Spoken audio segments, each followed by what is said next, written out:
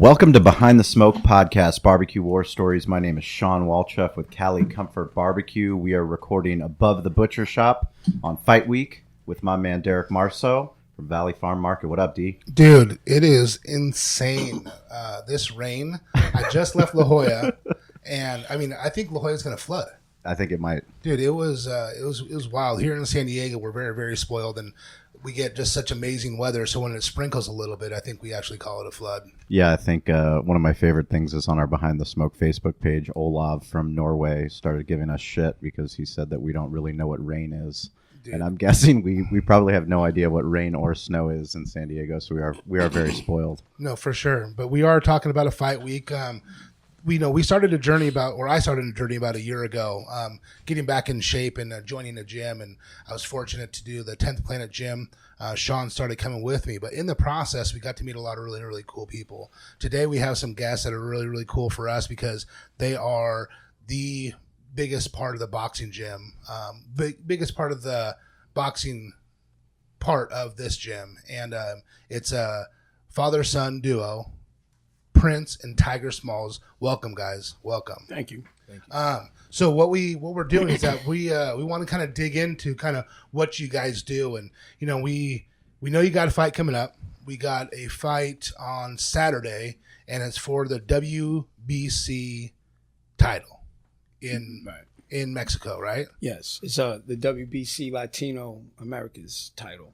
And Prince, you're fighting, and it's at the 125 weight class. 126. 126. So you still said you got about 6 more pounds to cut? Yeah. And I was talking to him a little bit before the podcast, and how wild is this, that he'll gain from the time he weighs in to the time that he gets to fight. He said he's going to go for a record, and he's going to try to gain as much weight as he can, and he thinks he's going to hit 15 or 16 pounds. That's incredible. In one day. 24-hour period. I mean, a gluttonous fuck like me, I think I could do it. But being 126, I don't know. That's going to be a big feat for you. So talk to me. I mean, how's training been going? What are you guys doing? Training has been going really well. We got good round sparring. My dad's been on top of me with my sprints. I've been doing a little bit of strength training. And like I said, everything's been going well training-wise. And for the diet, I just got to lose a few more pounds. But other than that, we're right on where we should be. So your dad's been training you. Tiger, talk to us a little bit about the training. I mean, you train a fucking ton of people. I mean, you talk about boxing in San Diego, everyone knows who you are. So talk to us. I mean, how do you get your son motivated? I mean, being a father-son dude, I know how I talk to my dad sometimes. And I mean, it can be a little tricky. So how do you guys separate that? How does that all work? Yeah, we separate the father-son business relationship pretty well. He listens to me as an athlete, so it's pretty easy, but I'm kind of harder on him because I know what it is, and I know that this is a very dangerous sport. So sure. I try to stay on top of him to let him know that, yeah, we have to have fun, but you have to stay cautious as well. So yeah, and he was talking about doing sprints and stuff. Is there certain things you guys do that are just dedicated towards, getting ready for the fight? Like, do you do sprints year round, or is it just, okay, we're going to do sprints now to kind of get your endurance up? Well, yeah, I make him do the sprints because he's a flashy fighter. Mm-hmm. And, when he's, say, there's certain ways you could win fights and certain ways you could win rounds. And one of the ways you could win rounds is you could relax for, in spurts, steal spurts. And I want him to be prepared for that just in case if he have to do that, since he's flashy anyway. If he have to just run off a flurry and have to gain his wind back real quickly and pursue the round and the fight, it's no problem. So that's why getting closer to the fight, I have him even do more sprints because I know I want that wind to be able to pick up and he'll be able to maintain it. Now, you know all this because you were in the same position, right? You used to fight at 126, same exact weight class. Right. So that's pretty cool just in itself. Right. But now, you kind of were you a flashy fighter as well? Did you do the spurts? Yeah. And would you whoop your son? I mean, who's a better fighter? Come on. Okay. Honesty. I was flashy. I think I was more aggressive. I was more aggressive. I was more mean. He smiles a lot. Right. But bodies are different. Like, for instance, after the weigh-in, I would gain a lot of weight too, right? But my first meal, my stomach would shrink. So I would have a big plate. So I would eat like maybe 2 bites, so I don't have to push it away. This motherfucker here. We went to a buffet and I was like, damn, this is a waste of my money. I remember early in your career, right? I was like, this is a waste of my fucking money because I know his stomach shrunk. This motherfucker went crazy at the buffet. I was like, this month, like for real. So Proteins. it was so like different, Proteins and carbs. all of it. Everything. You name it, he's got it. Everything. Done. Dessert. Yeah, Everything. Once the weigh-ins is finished, Oh yeah, he I'm goes. finished So with I mean, all that like good everybody's a little different. So I try to compare myself to him, and I can't. And to answer the question, when he first started, I would have fucked him up. Right. I would have fucked him up. I told you that, boy. I would have It better be. beat his ass. But now, I'm. When did the switch happen? What was your career record? My career record at the end, it ended up at 22 and 13. 22 and 13. 22 and 13. Were any of those losses worse? Most of my Which losses was the were worst? robberies. Were robberies? No, I swear to God, no, because All decisions? Yeah, I got knocked out once. Well, really not knocked out. I got stopped once. But most of I swear, I was never signed until the end of my career. And when they did sign me, when Don King and them was fucking with me, they was only fucking with me to fuck with me. Like they was only using me. Really? Right? So And that's kind of part of the business. that's right? part of the business. And I didn't give a fuck as long as he was giving me my money. Sure. Right? But most of my losses were robberies. And I've only, like, I could admit to the people that I lost, like, this one African dude beat the shit out of me. I've never beaten a Dominican kid. Like, they beat the shit out. Like, I don't know what the fuck is up with that. I think I thought about it like 2 years ago. I was like, I've fought about 3 or 4 fucking Dominicans in my life, and I've never beaten one. Like, they've all whooped my ass, like, decisively, too. Like, Something I will in the never water. go out to the Dominican Republic and talk shit. I'll tell you that. But anyway, yeah, I mean, most of my losses, to be honest with you, were robberies, and it is So, what it is. Were you born to fight? I know that at age 3, something historic happened to you, and not just you, but your bloodline. Right. Do you think you were born to fight? What happened at age 3? Well, at age 3 is when, I started, getting interested in boxing. But it was at age 5, if you're referring to the Muhammad Ali. Yes. That was at age 5. I had already been in the Daily News and in a lot of magazines about being the youngest boxer. And that's what made Muhammad Ali seek me out Yes. and brought me up to his training camp in Deer Lake, Pennsylvania. But at age 3, And you were photographed with him, right? right, I was photographed with him. I was in his camp messing around, That's awesome. meeting all his sparring partners and stuff like that. So that was definitely So there was high expectations at an early age, right. kind of like someone in this room. Right. Kind Right. When you come from a born a into it, right? bloodline, for sure. high expectations. How do you deal with your dad's expectations? I mean, it's not really a lot of pressure on me. He keeps me level. He's always on me. Like he's hard on me. I'm not gonna lie, but it's not really. I don't really feel pressured, knowing that he was my dad and how much he accomplished in the sport and how he was brought up. I think it's a lot how he grounded me. Like coming up, he kind of groomed me to like be ready for this kind of thing, this championship, this fight life, and everything. So I'm not really pressured by that. It's almost like I was made for this kind of thing. I don't know how to explain this. No, for sure. I mean, you're definitely. I mean, sometimes growing up, you don't. I mean, even I can have a little parallel for just doing what we do. Like my dad's always been a butcher, and I've been able to break down cattle and do it my whole life. And it's just something that everyone's like, "Well, when did you learn?" And like, "How'd you know?" And I'm like, "It's just what I do. Right, It's just what I do. I don't really know anything else." Right. And people will talk about working. Like, how do you work so much? How do you have you're working 7 days a week or you're working on weekends? And I'm like, it's just all I know. I've never known a different way. So it's probably the same concept. Like you just don't know anything different. Just what I do. It's Right. what I do well. So what's your record right now? My record right now is 14-1 with 6 knockouts. Oh, nice. Yeah. Nice. Okay. Now, how did you get this WBC fight? Like how does this all work? Because I know boxing, there's some political stuff and There's some bullshit. Yeah, there's some a lot bullshit. of there's a lot of fucking bullshit that happens. Well, I mean, No even doubt. look, No dude, doubt. even look at the fight that this weekend, right? That was a fucking rad fight. Absolutely. I mean, and I don't know anything about boxing, Yeah. and I mean, I thought that was just an amazing fight. It And then to was. come to a draw, well, it's like there's a lot of money to be made for another fight for them, Sure. right? Yeah. But how does this all work for you guys to get the WBC title shot? That's pretty amazing.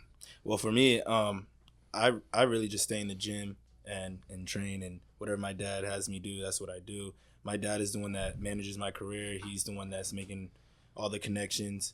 And any opportunity that's thrown my way, I know that has something to do with my dad. So I don't know the people he's talked to or the things he had to do to make this happen, but I do know that he's fully in control of what happens in my career, and he does everything. So now from fighting in the ring, now you got to fight in the political crowd. But I know about that. Right. And well, to be honest, the way this title fight came about is because, the loss that he fought was a title fight. Then quietly we came back and fought 2 more fights and knocked them out. I think both of them were first round knockouts, right? Yeah. So, we have to step up in competition. There's no way we're just going to pad the record. So since we, stepped it up again in competition, and the person that they offered us was a knockout artist, 10 wins, 3 losses, 10 knockouts. Wow. So with me being a businessman, I always wanted to, put my son in a position where the risk is always worth the reward. And I'm quite confident that he's going to be the first man to stop this guy. However, I told him, is there a vacant title out there or something? Because why are we going to sit up here and just fight him in a fight? Right. For what? For what? I mean, we're fighting to fight because we're fighters, but we're fighting in my world with a purpose. I'm fighting for him to become champion. Right. I'm fighting with a purpose. So if we're going to fight a knockout artist that I feel we can knock out anyway, so we're going to accept the fight, why not negotiate something on the line for it? So is it for the prestige of the belt, or is it for the prestige of the purse? It's for me, and I feel for him, the prestige of the belt. Right now, we want the WBC. Mm-hmm. We want to be on their radar, and that's why we sought out a WBC belt. What kind of fucked up things happened in your career that you're trying to avoid with your son's career, as far as the business end, and exactly what you said, not just fighting to fight, Right. but fighting with a purpose, Well, to build a brand and to build, something where he can have a career and he can have opportunity that, let's say, you might not have been afforded. Well, I fucked myself. How so? I did a lot of shit, my talents were there, but I was never signed because I never wanted to be signed in the beginning part of my career. I was fighting with the Great Western Forum, but I never signed with them. And I was actually undefeated. That was a with management group, the Great Western Forum? The Great Western Forum, no, they was actually a promotional company. So they actually promoted boxing. But they also represented fighters? Yeah, they Marco Antonio Barrera, Mark Too Sharp Johnson. Is there a conflict of interest to be the promoter and the representation for fighters? Sometimes, yes. Yeah. Sometimes it can be. And sometimes, the manager is the promoter. Like, I consider myself his promoter. I promote my son. But for me, I fucked my stuff up because I was too outgoing, and he's nothing like me. What did you do? Give us a little bit of the backstory, the controversial, the behind the smoke. behind the scene. smoke. Behind the smoke. Speaking of behind the smoke, that's what started this shit. I was smoking too much. Yeah, I was smoking and I opened my big mouth, I did it was all taken out of context. I did it because, back then all these fighters were getting busted for steroids and all that shit. Look like they are today. Sure. Right. And my point was, a lot of people when they pop positive for other, drugs or things, people are misinterpreted. They think like if you pop positive for marijuana, you're high right then. No, I mean, it was in your system, but you're not in the fucking ring. You're not in the back in the dressing room smoking a fucking blunt. You're not you know what I mean? So what I was saying is, why are they even testing for it? Test for only performance enhancing drugs. So I figured after one of my title fights, High Times came up and they interviewed me. And did they know you? Like, they already knew that they knew that I was fighting for the title. And they knew that you were smoking. And they knew that I was smoking. And you didn't give a fuck. No, I didn't care. I didn't know that I had to, though. But no, I really didn't. I didn't know that I had to. So, I did the... But you did what was honest. You did what was true to your brand. Let's be honest. True to yourself. You were true to yourself. You didn't give a fuck. I was true to myself then. Yes. You have kids that listen to this, right? I don't smoke now. Right? No. I know it's legal, but I don't do that. All right? Anyway, what I'm trying to say is I fucked up because I ratted on myself, right? I told people that I smoked weed, and the boxing world did not like that. Isn't that wild? You really start to think about it. It's crazy. Like, I mean, we can have a whole other podcast about marijuana, right? Absolutely. But I did it with my belts. Right. I did it with my belts. So, the WBO president called me. And before it even hit the stands and was like, what the fuck? He was yelling. I was like, what? What year was this? I think 2005. 2005. So we're still internet era. Oh yeah, this Oh, yeah. motherfucker was hot. He was hot, and he was in Puerto Rico, bro. And I'm like, what the fuck? What are you talking about, right? And he says, so you every time you spar when you're high, it's like a video game. And I said, oh, that sounds like a quote. I said, oh, no, I never said that. I never, I told him, I said, these motherfuckers were lying and this, that, and the third. Right, so I hung up the phone with him. I called this, I think it was another reporter called boxing2005.com. I called them up. I said, yo, man, you got to do an article on me. I got to fucking save my ass. Right, I was like, yo, I never smoke weed. Kids don't smoke weed. Don't blah, blah, blah, right? So, but it didn't save me. No. It was already the high done. times. And then after that was the ESPN. Right, which they were after me anyway, but that was a 20. What did you do? I put goldenpalace.com on my back, and You got paid for a I sponsorship. got paid, decent amount of money for that. And ESPN was pissed the fuck off. They was like, yo, you got to take that off your back. And I was like, for what? They was like, because we're paying you to fight. You can't make extra income. And that's where they fucked up. That's how I won the case. Because, NASCAR do it. Everybody does it, right? Sure. So I was like, what are you talking about? So they was like, you cover it up, we'll pay you double. Whatever your sponsors is paying you, we'll pay you double. And your purse, just cover it up. So until now, because this is behind the smoke, right? I'm going to tell you guys the truth. So all my friends think I was this gangster and just did it anyway. But I swear to God, right? I took because I want to double the money, right? So I took I had my sister take a magic marker and we fucking blotted this shit out. So I just have a fucking block. It was just a block. I swear to God, a black block on my back. That's it, right? And then it sweated off. Sweat off while I'm warming up. But No we way. don't know. We don't fucking know. So I get out there and when they introduce it and I take off my robe, if you really look at the tape, you could see my sister like this. Immediately, the minute we took off the road, because now ESPN's going to find me. Right. They're going to hold up my purse and all that bullshit. Who won the fight? They robbed me. Oh, that fight. That's that was the no, that's decision. one of them. Yeah, that's Yeah. one of the fights that they robbed me, which you can go back and watch the fight. I whooped his ass and they robbed me in his interesting. hometown. I was one of those guys. I'd go to your hometown, whoop your ass, and get robbed. That's interesting. So, I mean, you have high expectations coming from a boxing heritage, this boxing bloodline. I mean, do you have brothers and sisters? I have brothers and sisters, yes. Older, younger? I'm the oldest out of everybody. Oh, you're the oldest. Yeah. So you're the firstborn. Yeah, and I'm the only boxer. Ah, the only boxer. Really? How'd that happen? I haven't been boxing that long. It was about maybe now 9 years ago. It was in 2008, 2009. I would because my dad was already retired, so then I came back to live with him.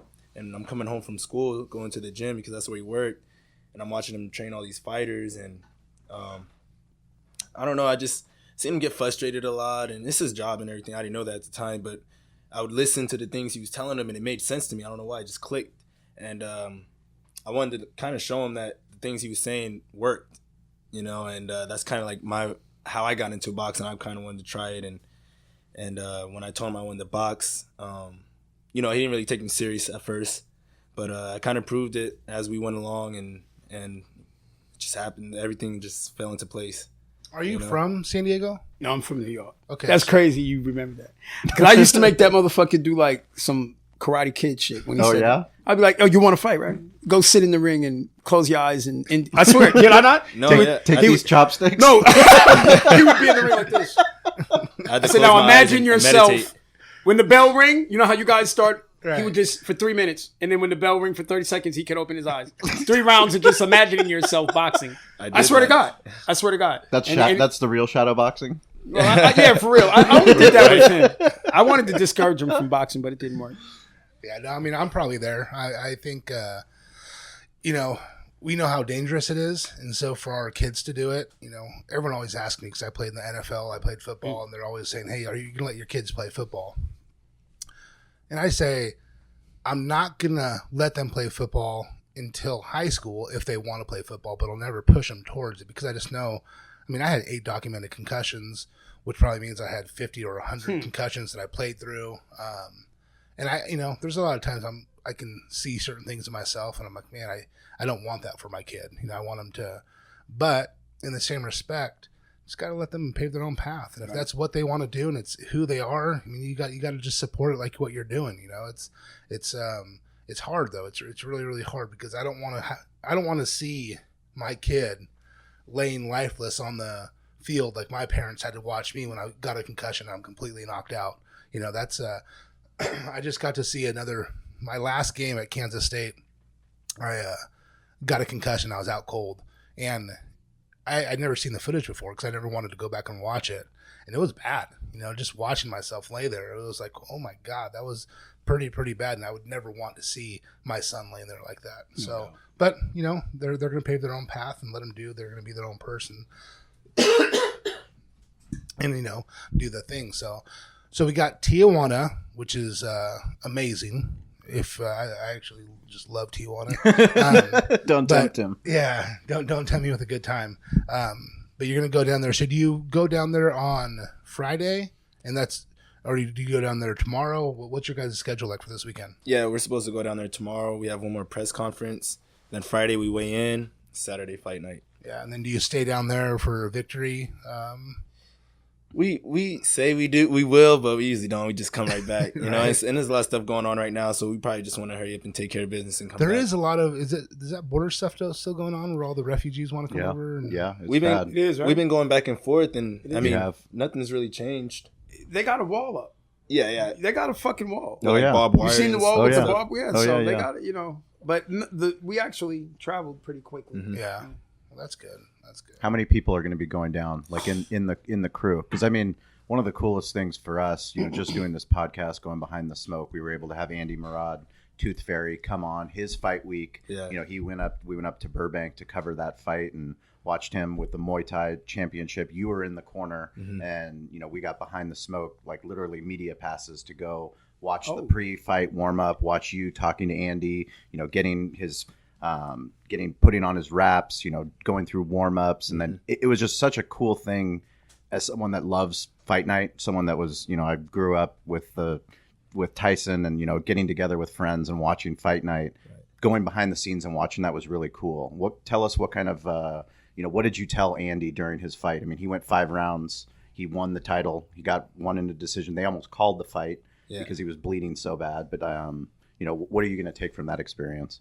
You know, I kind of separate myself when I'm in like the corner where I'm training somebody, and then when I'm actually in there. The cool thing though is when I told my dad I wanted to fight, he actually wanted me in the gym working as well, you know. So that's kind of like how I got my experience, and I just kind of, and just like in boxing, same as in training, I just try to take a page out of my dad's book, and a lot of the things my dad tells me I kind of repeat, and it actually works. It helps the fighters. It helps me, keeps me on my toes mentally. So I mean, I don't remember exactly what I was telling Andy, but I know it's a lot of the same things my dad probably would have been telling me before. Move your fucking head. Stop getting punched in the face. Stop getting punched in the face. I mean, probably one of the things my dad would say. Yeah. Stop getting knocked in the face. Yeah.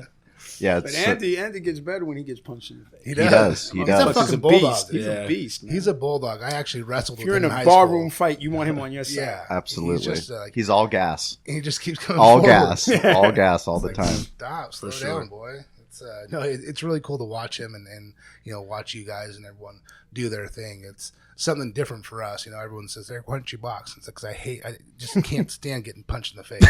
It's I can't imagine anyone punching you in the It's face. just not. It's not. I Not try for to me. avoid that. Yeah. Yeah, you're a It's big not- dude. Nobody's trying to punch you. No, not my gig though. So there's multiple belts in boxing. Yes, sir. Am I correct? But the WBC is The most prestigious. one. So it's kind of like the NFL of the boxing. Like the best of the best get to go there. How many different ones are there? There's several. There's even some we probably never even heard of. You know, but there's the main ones are WBC, WBA, IBF, WBO, IBO, right? Yep. Why are there so many? Oh, in the ringside, right? Money. Yeah, Money? Well, ringside, yeah. Money. Because, you know, you and I, we could come up with a behind the smoke belt if we have an organization and we got money behind it and we get a legitimate champion. Mm-hmm. You got to realize, like, the IBF really wasn't a legitimate belt until Larry Holmes won that title. Then all of a sudden, it became like the WBC and the WBA. And then, like, the WBO was one of the belts that's relatively new, like, was in the 80s. It was, you know, the WBO came about.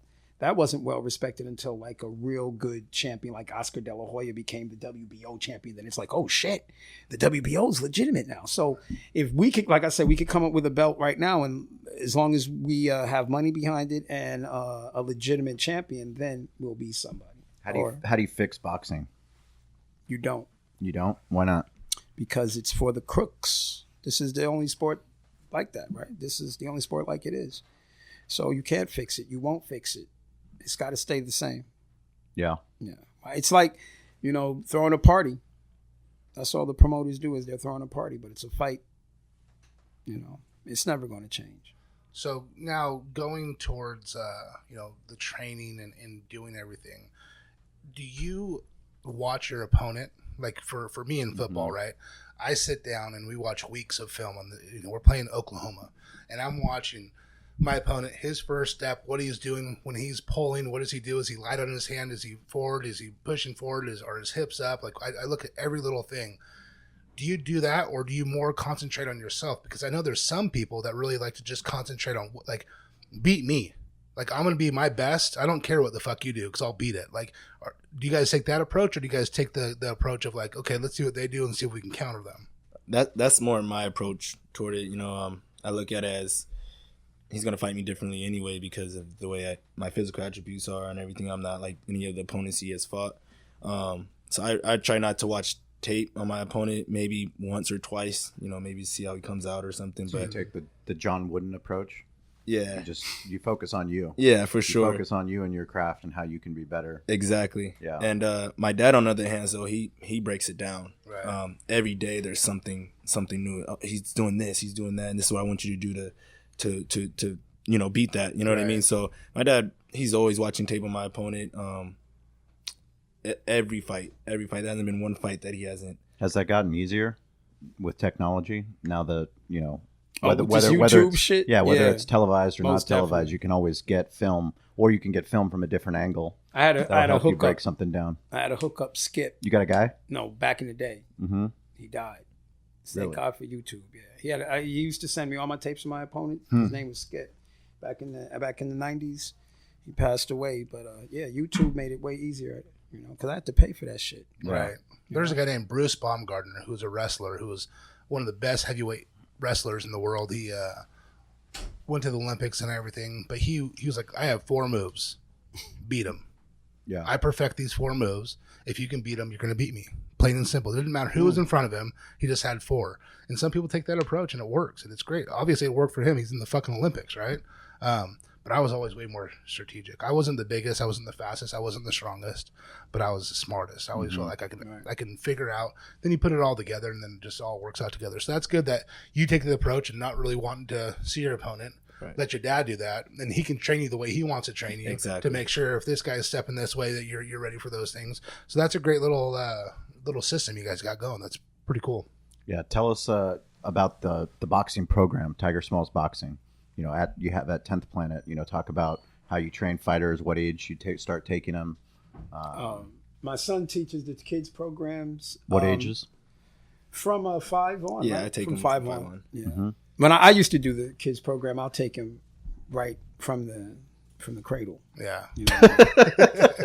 But after I passed that on to my son said 5 years old, so 5 it is now. But no, I'm serious too. I would tell him just have him in the gym, Just on the tip. just have him around it. You know what I mean?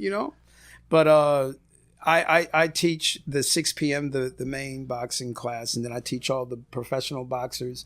I have Ivan, one of my heavyweights. He's also fighting on the card. He teaches two of my 6 a.m. classes, and he also trains some of my amateurs.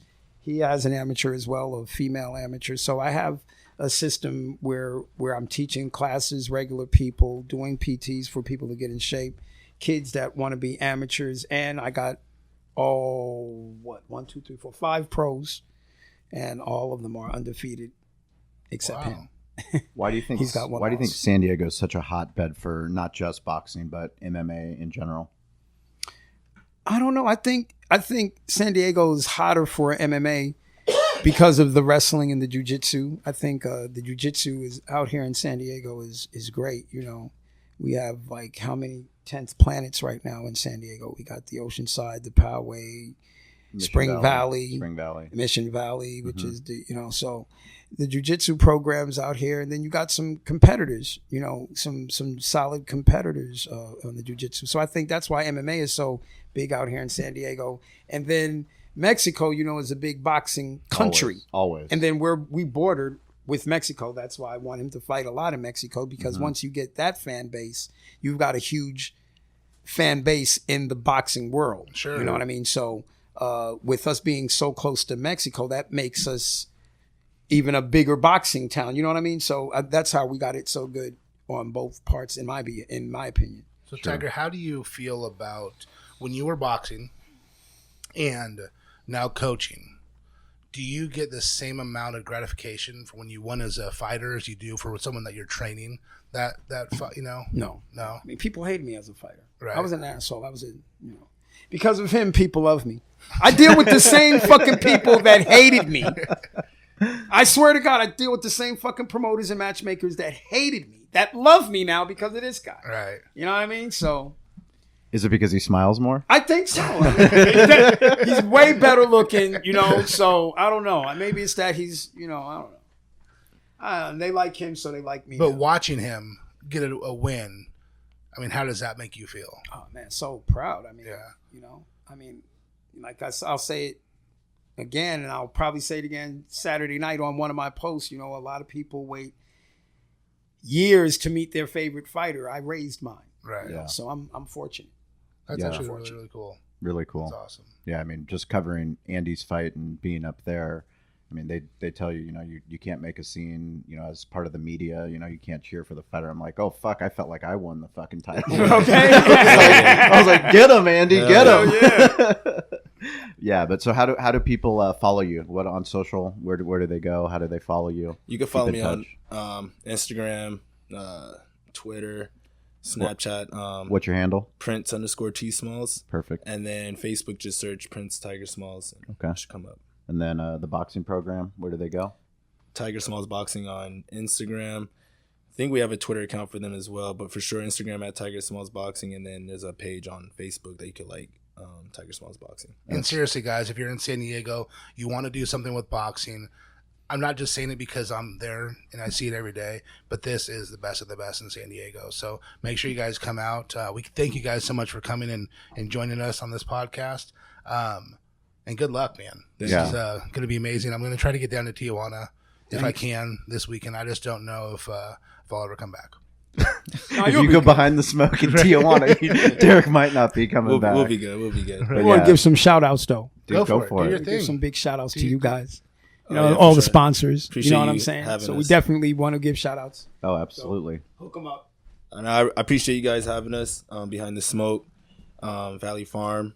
A couple of my sponsors, I have TC1 Gel help me out. Well, my gym, of course, 10th Planet.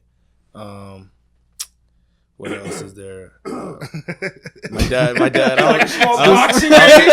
don't think I really gotta shout you out. You're part of me. Yeah. But, Shout out Pops. For sure. And then I got Workaholics that's backing me up. That's a clothing brand out here in San Diego. What else is there? Melanin Life. And I think that's it. Everlast for sure. Yeah. You don't want to piss off Ernie. Yeah, they helped me out since I broke my hand. I broke my hand in one of my fights, and he's been helping me out since then. So yeah, I mean it's so important for people that listen to the podcast. I mean you can't be a professional athlete. You can't be a competitive team. I mean it takes a village to do these things, and anytime you can get any kind of support, no matter where that support comes from, it's important to give back. Derek and I, we talk about sponsorships all the time. If we don't have people stepping up to help us put on these events, if I didn't ask Derek to sponsor the Spring Valley Barbecue Festival, we probably wouldn't be podcasting here today. So it's 10 years ago. So don't be afraid to ask for sponsorship. But yeah, thank you guys for coming behind the smoke. It means a lot to have such respected fighters come in above the butcher shop to share your story. Thank you guys for listening. Please keep hashtagging us behind the smoke. Let us know what's going on. This week's social shout out is going to the Pacific Dawn at Pacific Dawn Sports Fishing. They keep interacting with us. It's not about barbecue. They have a fishing business, charter business. Derek's a huge fisherman. I love to get out on the ocean, but they send us their photos. We appreciate that. So no matter what you're doing, share your story with us behind the smoke. Thanks for listening, and go out and support our guys right here, 10th Planet, Tiger Smalls Boxing, and Prince. Let's get her done. Let's see that belt. Yeah, I'm gonna go for it. I'm down with that. All right. Hey guys, this is Sean and Derek, and we just really want to thank you for listening to the podcast. It means the world to us. We'd like you to go check out BehindTheSmokeMedia.com. That's our website where we have barbecue resources for you to help build your barbecue business. We also have events listed, so anything that's happening in the West Coast barbecue movement, anything that's going on, we want you to go check that out so you can learn more and get involved. We also have show notes from all the episodes, so anything we talked about in the episodes, you can find detailed show notes there. Plus, you can just get in touch with us. It's important that we're here as a resource for you, so please reach out. Let us know how Derek and I can help you with your barbecue journey. Get involved, stay curious, and follow us on social at Barbecue War Stories. We'll talk to you soon.